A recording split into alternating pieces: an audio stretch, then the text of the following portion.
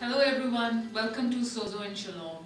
पिछले एपिसोड में हमने जाना कि हमें प्रेयर क्यों करनी चाहिए और प्रभु यीशु के साथ हमारा क्या रिश्ता है और वो हमें क्या अधिकार देते हैं।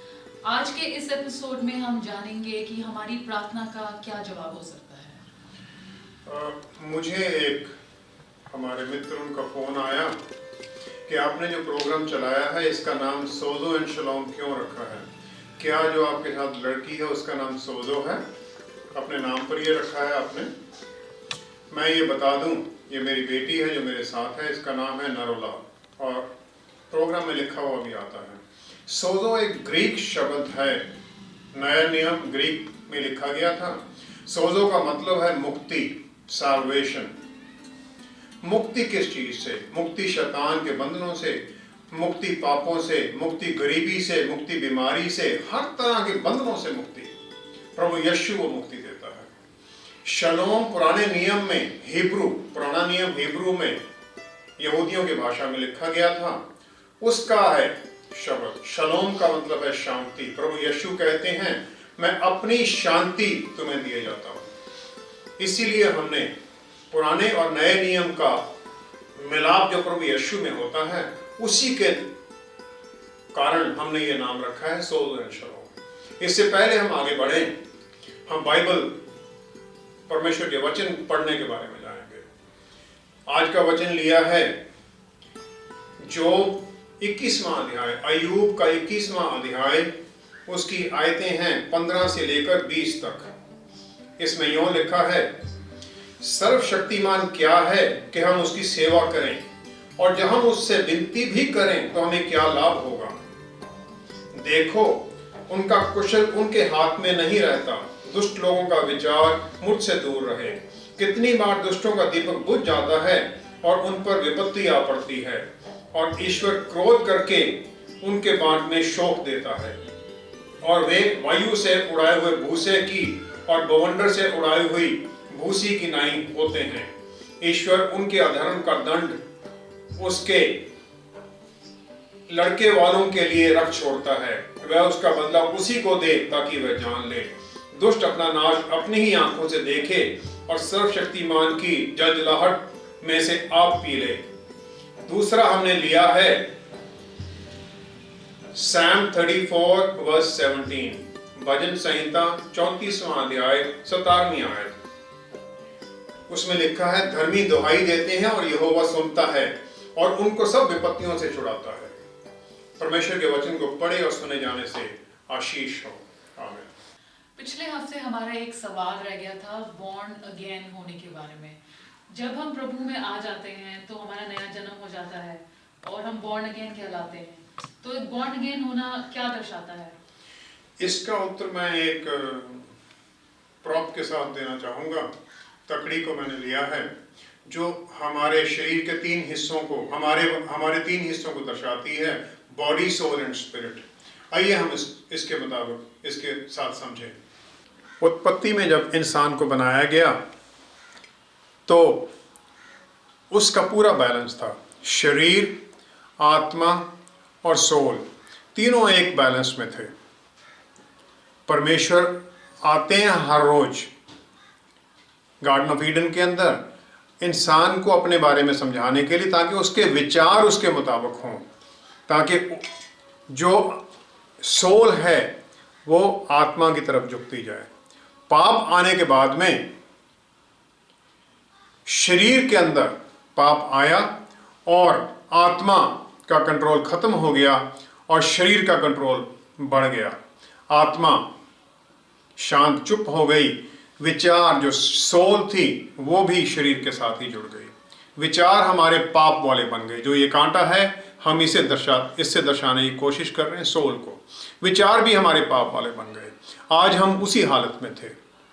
जब प्रभु यीशु आते हैं तो उन्होंने जब हमें वापस वचन के साथ जोड़ा, परमेश्वर के साथ जोड़ा, तो उन्होंने हमारे पापों से हमें मुक्ति दे दी, ताकि ये बैलेंस बन जाए, रिश्ता फिर दोबारा जुड़ जाए।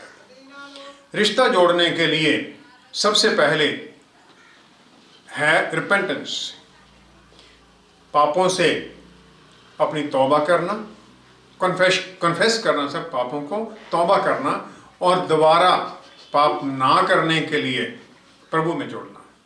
प्रभु में जुड़ने के लिए हम लेते हैं बपतिस्मा। बपतिस्मा रिश्ता बनता है प्रभु के साथ। तो बपतिस्मा लेना क्या जरूरी है?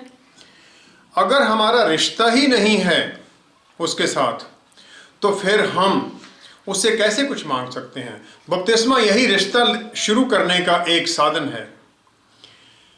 लेकिन जो दो क्रिमिनल प्रभु के साथ सलीब पर लटकाए गए थे, एक ने सिर्फ तौबा किया था, उसे अपना उद्धारकर्ता माना था और प्रभु ने उसी समय उसे वादा कर दिया, यस आज शाम को ही तुम मेरे साथ स्वर्ग में होगे। लेकिन that was an exceptional circumstance. बपतिस्मा लेना उसके साथ रिश्ता जोड़ना है। बपतिस्मा लेने से क्या होता है? हमारे शरीर के जो पाप हैं वो एकदम परमेश्वर निकाल देते हैं और आत्मा का कंट्रोल हो जाता है। आत्मा का कंट्रोल होने से विचार भी हमारे आत्मा की तरफ ही चले जाते हैं, शरीर भी आत्मा की तरफ झुकने लग जाता है। शरीर को हम कंट्रोल करते हैं आत्मा के अंदर। पवित्र आत्मा परमेश्वर जब हमारे अंदर आते हैं बपतिस्मे के बाद में, तो वो हमें परमेश्वर के बारे में सिखाते हैं, बताते हैं और उसी के साथ हम फिर चलते रहते हैं।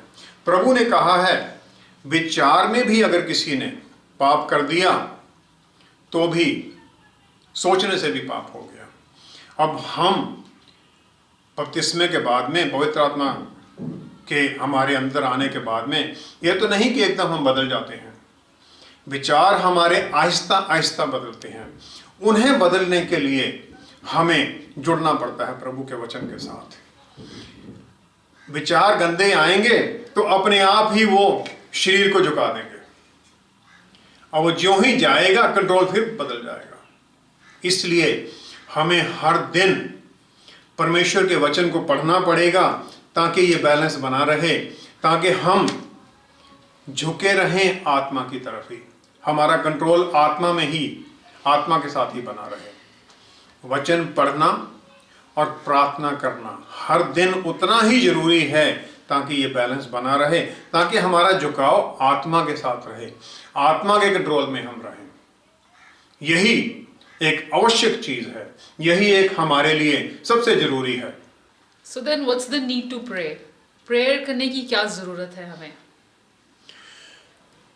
प्रेयर का जरूरत, जैसे मैंने बताया, वचन के साथ जुड़े हुए हैं, वचन से उसको हम जानते हैं, उससे हम परमेश्वर से प्रार्थना करते हैं, तो बैलेंस आत्मा के अंदर, आत्मा के कंट्रोल में आ जाता है। जेरमाया 33:3 में लिखा है, 33:3 में लिखा है, you will seek me and I will reveal the mysteries to you. हमें रेवलेशन के लिए प्रार्थना में जोड़ना पड़ता है, हमें उसकी सहायता मांगने के लिए जुड़ना पड़ता है, आशीष पाने के लिए प्रार्थना में जुड़ना पड़ता है, रिलेशनशिप बढ़ाने के लिए प्रार्थना में जुड़ना पड़ता है। परमेश्वर ने अब्राहम को जेनेसिस उत्पत्ति 17 की पहली आयत में कहा, I am L Shaddai, walk with me and be perfect. मैं सर्वशक्तिमान परमेश्वर हूँ, मेरे सामने चल और परफेक्ट होता जा।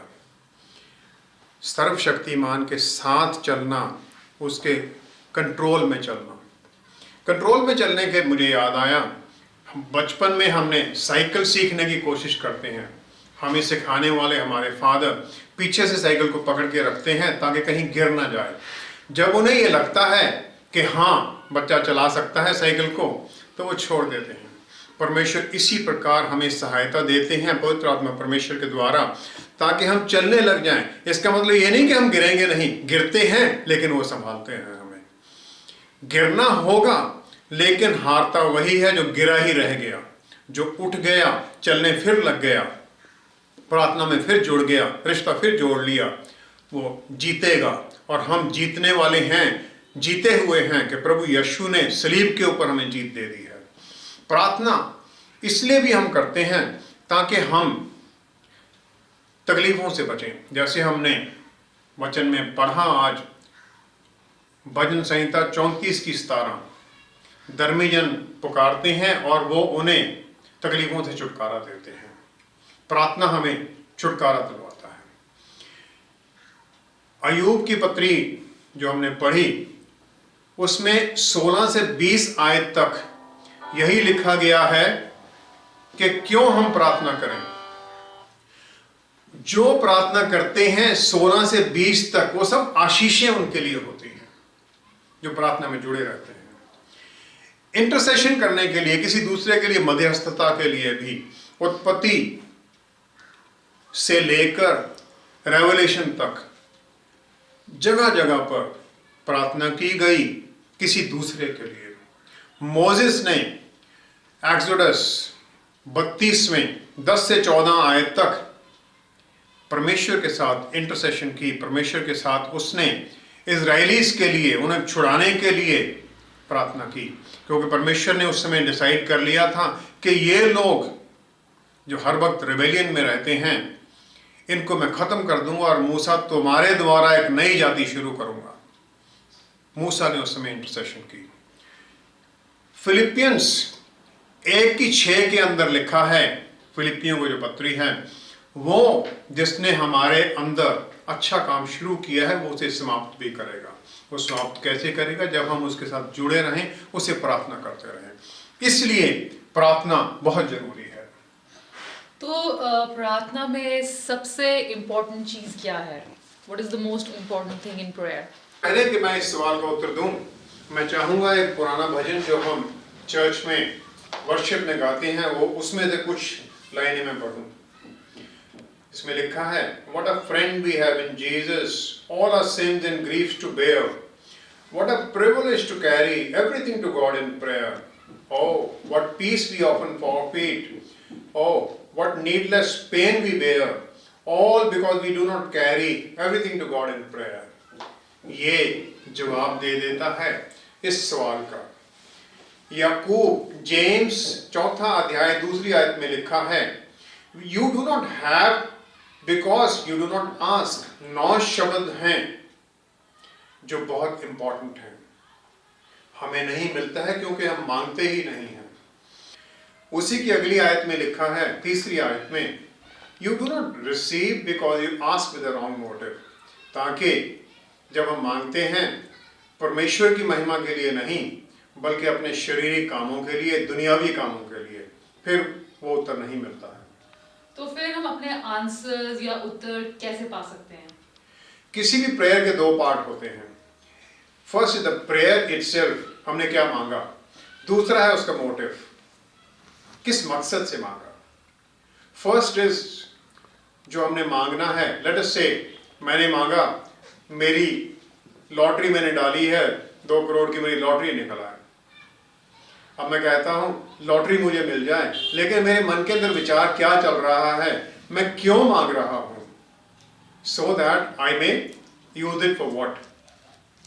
मैंने लॉटरी मांगी थी कि हम चर्च के अंदर जो काम नहीं हो रहा है वो पूरा कर लेंगे, 10% मैं दे दूंगा आपको। हम परमेश्वर को रिश्वत नहीं दे सकते कि लॉटरी मुझे 2 करोड़ की मिल जाए, मैं 10% आपको दे दूंगा, 20 लाख या 2 लाख या व्हाटएवर मैं आपको दे दूंगा। रिश्वत नहीं हम दे सकते। मोटिव हमारा क्लियर होना चाहिए। आमतौर पर हम प्रेयर तो शेयर करते हैं, मुझे कॉल आती है इस बात के लिए प्रार्थना कीजिए, उसका मोटिव क्या है, नॉर्मली हम वो शेयर नहीं करते हैं। मोटिव हमारा छुपा रहता है। हम ये सोचते हैं कि हम अपना मकसद छुपा सकते हैं। इब्रानियों के 4 अध्याय में 12वीं और 13वीं आयत में लिखा है, परमेश्वर का वचन 2 धारी तलवार की तरह है जो सारा भेद सकता है। और हम परमेश्वर से कुछ भी छुपा नहीं सकते हैं। अपने आप से, अपने दोस्तों से, अपने पास्टर साहब से हम छुपा सकते हैं कुछ शायद, लेकिन परमेश्वर से कुछ भी छुपा नहीं है। इसलिए हमें आंसर पाने के लिए मोटिव क्लियर करना पड़ेगा। जब हम ये प्रोग्राम शुरू करने लगे थे तो मेरी बेटी ने मुझसे पूछा, आप ये क्यों प्रोग्राम शुरू करना चाहती हो? क्या आप टीवी के ऊपर अपने आप को देखने के लिए शुरू कर रहे हो? अपने आप को टीवी पर दिखाने के लिए बड़ा महंगा सौदा है। मेरा मकसद इस प्रोग्राम को शुरू करने का सिर्फ यही है कि जो सुनने वाले हैं, जो प्रभु में विश्वास करने वाले हैं, वो जाने उनके अधिकार क्या हैं, वो जाने कि वचन के मुताबिक हम मांगे तो हम कैसे आशीष पाएं, और जो उसे नहीं जानते हैं वो उन्हें जान सकें। जो फेंसिटर्स हैं, जो सोच रहे हैं माने उसे या ना माने, उन लोगों को हम ला सकें, उनके शक सवाल का हम जवाब बना सकें, जवाब ढूंढ सकें। मैं पास्टर नहीं हूं, मैं भी आप लोगों की तरह ही अपने सवालों के जवाब ढूंढ रहा हूं। इसीलिए ये प्रोग्राम हमने शुरू किया ताकि हम उत्तर पा सकें। Simple answers to complex questions. प्रार्थना करना कैसे करना बड़ा कॉम्प्लेक्स सब्जेक्ट है, और जो थियोलॉजी पढ़ते हैं एक एक दो दो तीन तीन महीने का ये चलता है, लेकिन हम इसे सिंपल बना के आसानी से समझने वाले तरीके से हम इसे समझना चाहते हैं, समझाना चाहते हैं। किसी भी प्रेयर के लिए परमेश्वर के 4 रिएक्शन हो सकते हैं। हम इन्हें बार एक के बाद दूसरे के बारे में जानेंगे। सबसे पहला हम देखते हैं पटिशन। प्रेयर का तो उत्तर मिल गया हाँ, लेकिन जो मोटिव था उसे परमेश्वर ने ना कर दी। ये है गिनती 11 के अंदर पहली ही आयत में लिखा है, जो इजराइल के लोग थे उन्हें मन्ना मिल रहा था। वो उस बियाबान के अंदर भूख से मर सकते थे, लेकिन परमेश्वर ने उन्हें आशीष दी, उन्हें हर रोज मन्ना मिल रहा है, लेकिन दे वर अनग्रेटफुल। वो कंप्लेन करने लग गए और परमेश्वर का क्रोध उन पर उठता है। मूसा प्रे करता है और इधर लोग, मूसा प्रे करता है उसके परमेश्वर के क्रोध से बचाने के लिए, लोग इधर कुड़कुड़ाते हैं हमें मीट क्यों नहीं मिल रहा है, हमें मीट मिलना चाहिए। हम भी ऐसे ही हैं, उल्टी चीजें ही मांगते हैं, जो मिला हुआ उससे खुश नहीं रहते। मीट मिलना चाहिए।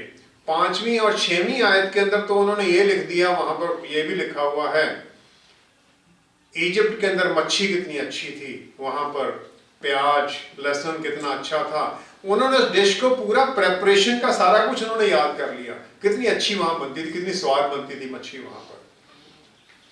परमेश्वर 31वीं आयत में उसका उत्तर देते हैं और क्वेल आती है। उनके कैंप से 1 किलोमीटर दूर तक क्वेल्स आर फ्लाइंग। 3 फुट की ऊंचाई के ऊपर क्वेल उड़ रही हैं ताकि कोई भी उन्हें पकड़ सके। और लिखा है कि हर एक जन ने जो वहां चलने, जो परिवार का था, उसने 10 होमर क्वेल पकड़ी। 10 होमर का तकरीबन 1900 बर्ड के मुताबिक हो जाता है। तकरीबन 1900 बर्ड हर एक परिवार ने पकड़ लिए। 6 लाख परिवार तकरीबन वहां पर थे। कितने बर्ड वहां आए, परमेश्वर की कितनी आशीष हुई उनके कैंप के ऊपर, ये हम सिर्फ इमेजिन ही कर सकते हैं। मोटिव उनका क्या था कि हम मीट खा सकें। परमेश्वर ने आशीष दे दी, मिल गया सब कुछ। मोटिव के ऊपर उन्होंने ना कर दी। वर्ष 33 में लिखा है, अभी मीट उनके मुंह में ही था कि प्लेग फैल गई उस कैंप के अंदर, वो मीट खा ना सके। भजन संहिता 106 की 15वीं आयत में लिखा है, परमेश्वर जो उसकी बात में नहीं चलते उनकी सोल्स के अंदर वो लीननेस भर देता है, कमजोरी भर देता है। कमजोरी भर दी उसने, उनकी इच्छा पूरी नहीं हुई। उन्हें 1900 बर्ड तो मिल गए लेकिन वो खा नहीं सके। आमतौर पर जिसकी शादी नहीं हुई होती तो वो कहने लग जाता मेरी शादी जल्दी हो जाए, और जो पहला बंदा मिलता उसी से शादी कर लेता है। परमेश्वर के वचन के बारे में नहीं सोचता है। शायद परमेश्वर की ये इच्छा हो कि वो शादी ना ही करे। पौल कहते हैं, पौलुस रसूल, जो नहीं करना है उससे परमेश्वर की सेवा में लग जाना चाहिए, अगर वो लगना चाहता है, अगर परमेश्वर का वचन उसके लिए है। और फिर शादी के बाद में फिर उसको भुगतते रहते हैं। गेटिंग रिच, मैं जल्दी से अमीर हो जाऊं, फिर उल्टे सीधे काम करते हैं, और फिर उसके वचन, फिर उसके जो कॉन्सिक्वेंसेस हैं हम भुगतते रहते हैं। एथलीट्स हैं अमेरिका के अंदर जो बास्केटबॉल खेलते हैं या जो स्पोर्ट्स खेलते हैं, उनके कॉन्ट्रैक्ट बड़े होते हैं, मिलियंस ऑफ डॉलर्स। अपने यहाँ पर भी क्रिकेटर्स जो हैं, 12वीं क्लास में लड़का पढ़ रहा है, IPL में आ गया, लाखों रुपए मिल जाते हैं।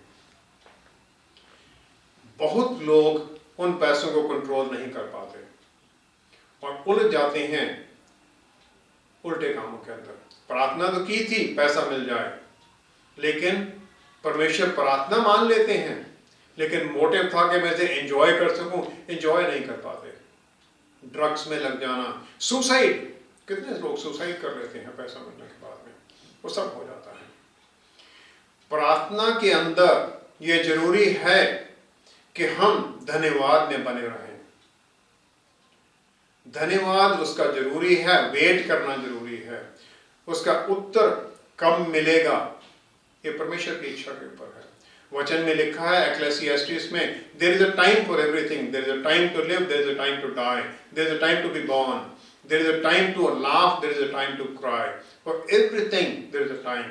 हर चीज के लिए एक समय है, उस समय के लिए हमें इंतजार करना पड़ता है। धन्यवाद में हम बने रहें और उत्तर का इंतजार करें, और सेटिस्फैक्शन होनी जरूरी है।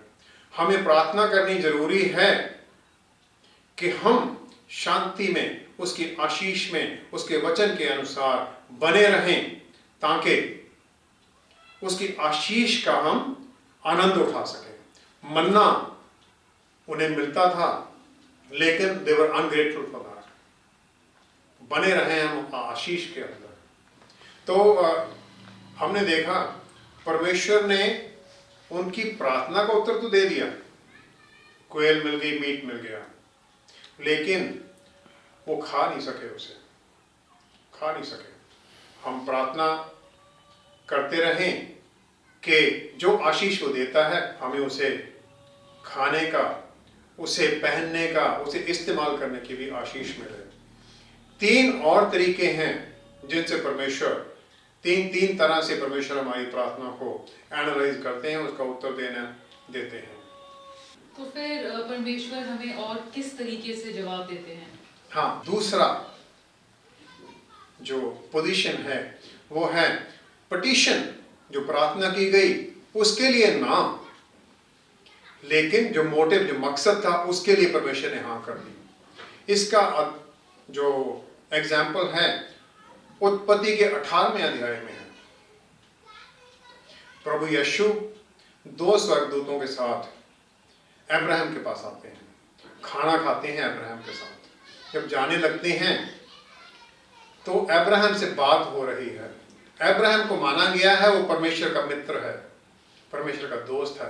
2 दोस्त बात कर रहे हैं, प्रभु यीशु अपने मित्र से बात कर रहे हैं। वचन में लिखा है नए नियम में, मित्र वो है जिसे सब कुछ पता होता है। वो बता रहे हैं उसे कि मैं क्या करने वाला हूं, मैं सदोम और गमोरा को बर्बाद करने वाला हूं। अब्राहम फिर प्रार्थना करता है, क्योंकि उसे पता है मेरा भतीजा लोत उसी शहर में तो रहता है अपने परिवार के साथ। अब अब्राहम का मकसद है कि लोत कहीं बर्बाद ना हो जाए, उसे बचाना है। मकसद उसका ये है, प्रार्थना उसकी कुछ और है। उसकी प्रार्थना है, प्रभु क्या आप धर्मियों के साथ, क्या आप पापियों के साथ धर्मियों को भी बर्बाद कर देंगे? वो कहते नहीं, मैं ऐसा नहीं करूंगा। तो वो शुरू करते हैं, अगर आपकी इजाजत हो तो अगर उन शहरों के अंदर 50 लोग धर्मी मिल जाते हैं तो क्या बर्बाद कर देंगे उन्हें? प्रार्थना इधर है, मकसद लूत को बचाना है। प्रभु कहते नहीं, मैं 50 के लिए छोड़ दूंगा। वो अगली फिर कहता है, प्रभु अगर 5 कम हो वहां पर तो 5 लोगों के लिए आप सबको मार दोगे? वो कहता नहीं, मैं 5 के लिए, 45 के लिए भी छोड़ दूंगा। फिर प्रार्थना करता है, 45 से 40, 30 और 10 पर आ जाता है। अब अब्राहम भी समझता है कि दोनों शहरों में 10 लोग तो मिल ही जाएंगे, शायद शहर बच जाएंगे, उसका भतीजा बच जाएगा। तो प्रभु यीशु कहते हैं 10 भी अगर होंगे मैं तो दोनों शहरों को बर्बाद नहीं करूंगा। वो मसीहा सब कुछ जानता है कि उस शहरों के अंदर क्या हालत है, वो जानते हैं उसका मकसद भी क्या है। जो स्वर्गदूत हैं चले जाते हैं सदोम और गमोरा की तरफ, और प्रभु चले जाते हैं स्वर्ग में वापस। 19वें अध्याय के अंदर प्रार्थना का उत्तर मिलता है। स्वर्गदूत लोत को कहते हैं इस जगह को छोड़ और निकल जा जल्दी। लेकिन वो हेजिटेट कर रहा है, वो जाना नहीं चाहता है। हम भी ऐसे, जहां हमारा घर है, जहां सब कुछ है, वहां से निकलना नहीं चाहते हम। अटैचमेंट है हमारी। लूत की भी अटैचमेंट है, वो जानता है यहाँ पाप है, अटैचमेंट है, वो निकलना नहीं चाहता है। लेकिन परमेश्वर मकसद जान चुके हैं अब्राहम का, अपने मित्र की प्रार्थना का, उसे जवाब देना चाहते हैं।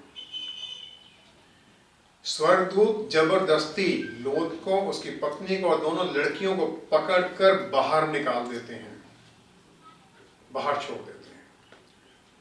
और वो कहता है इस पास वाले गाँव, कहते पहाड़ी में चला जाओ, वो कहता पास वाली जगह गांव में मैं चला जाता हूँ। बोलते ठीक है चलो, go there, we will not destroy this village. Sodom और गमोरा खत्म कर दिया जाता है, लूत और उसका परिवार बच जाता है।